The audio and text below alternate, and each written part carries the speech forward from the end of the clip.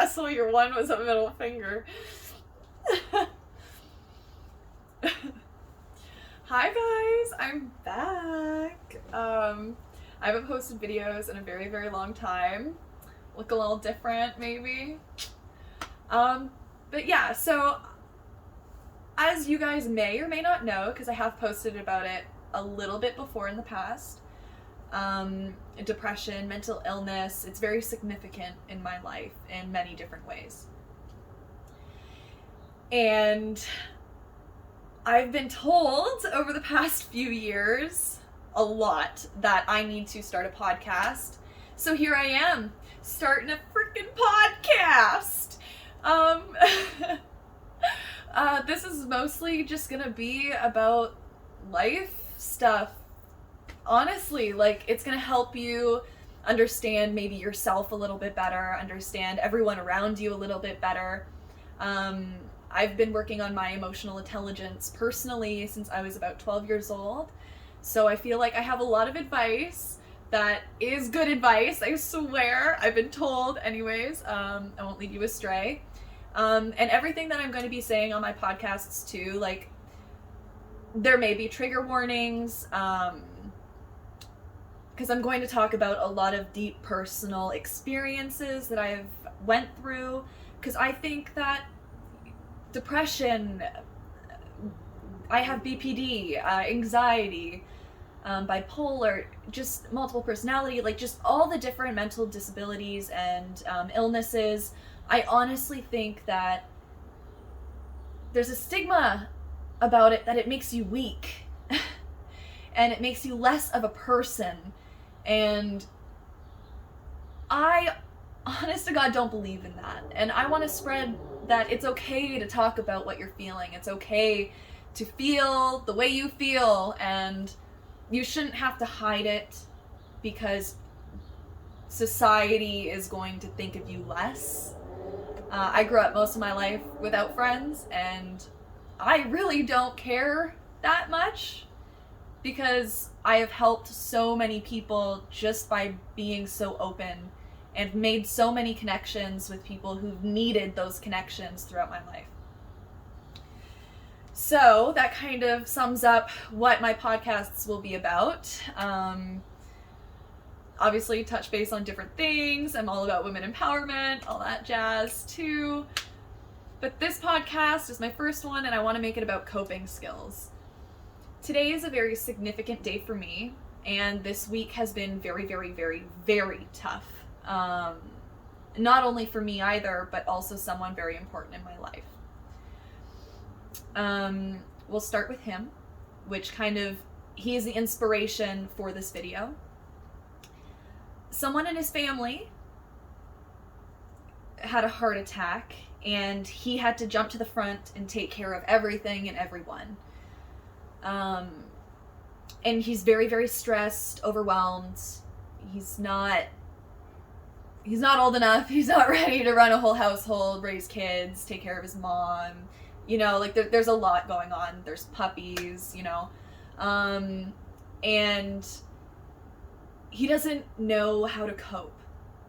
So here I am going through my own shit, not really being able to help because I am doing my own thing, being like, I really need to cope myself. And I've spent over 10 years learning how to cope. So I hope my advice helps a little bit. Today is significant for me because today marks the 10-year anniversary of my dad's passing. His passing was significant in my life and very significant with this podcast, specifically because he committed suicide.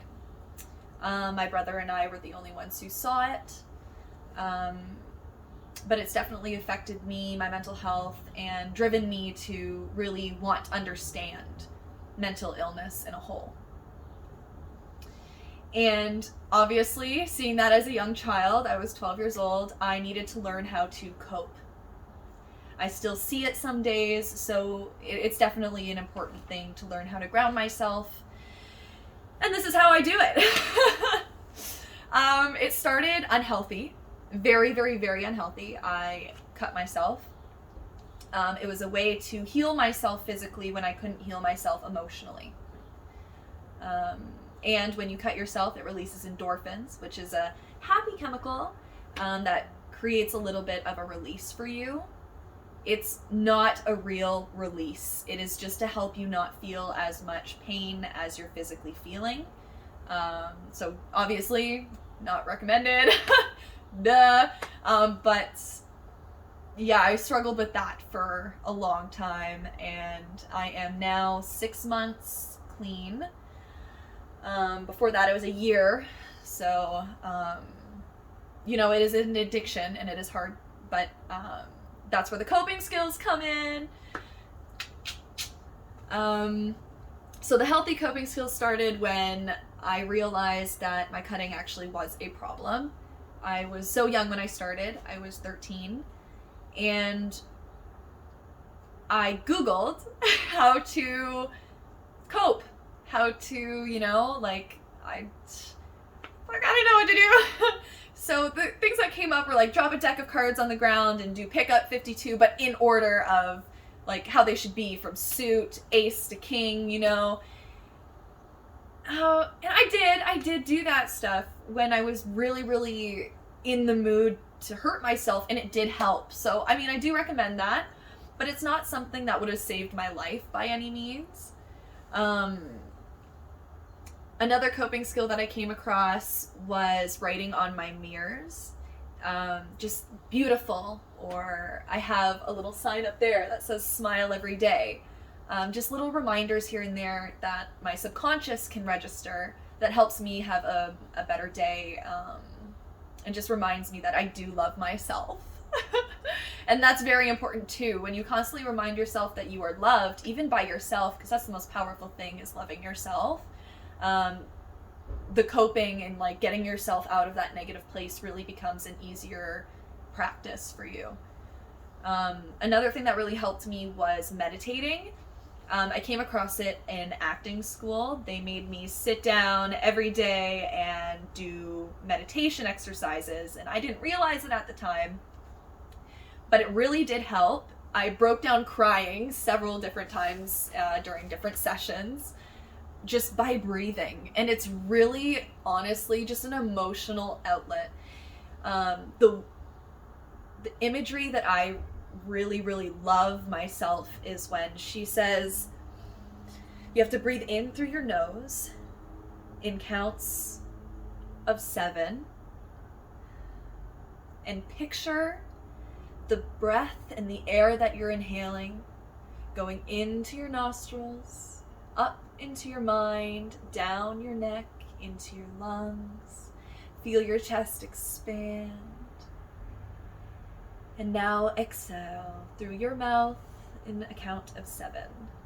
That really, really, really helped me. And honestly, even doing that, she had us imagine our breath in the air going down into our legs and into our feet. And it really helped ground myself when I get anxiety or anything. I remind myself to just breathe. I actually got it tattooed on my arm. That's what this symbol means.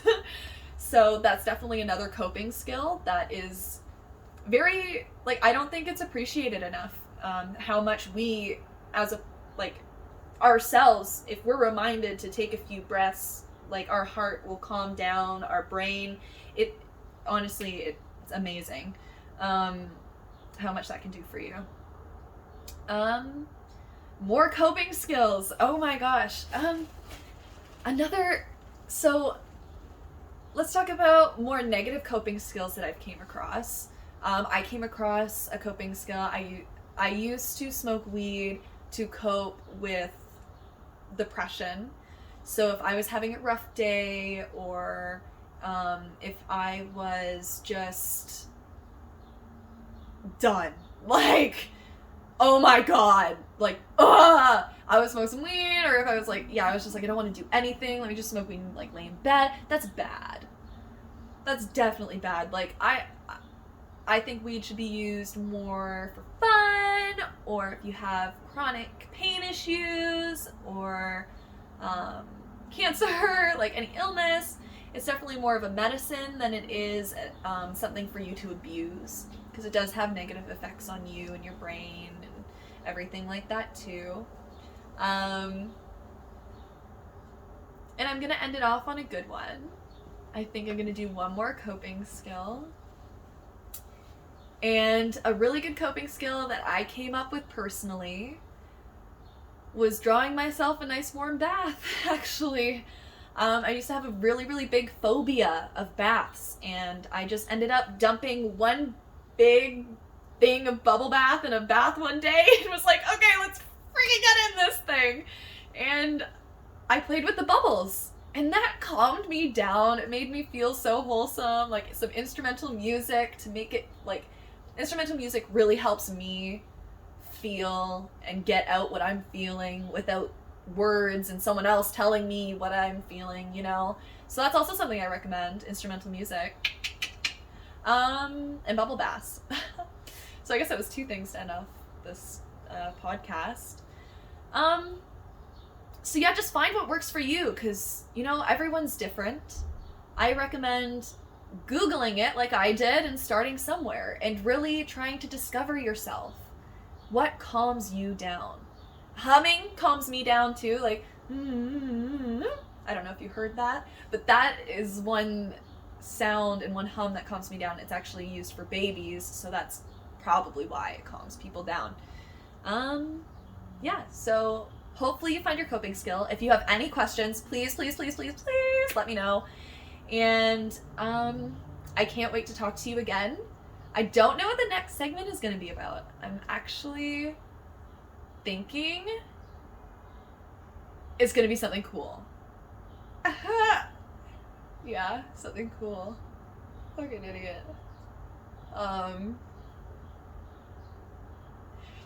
Talk to you guys next time. All right.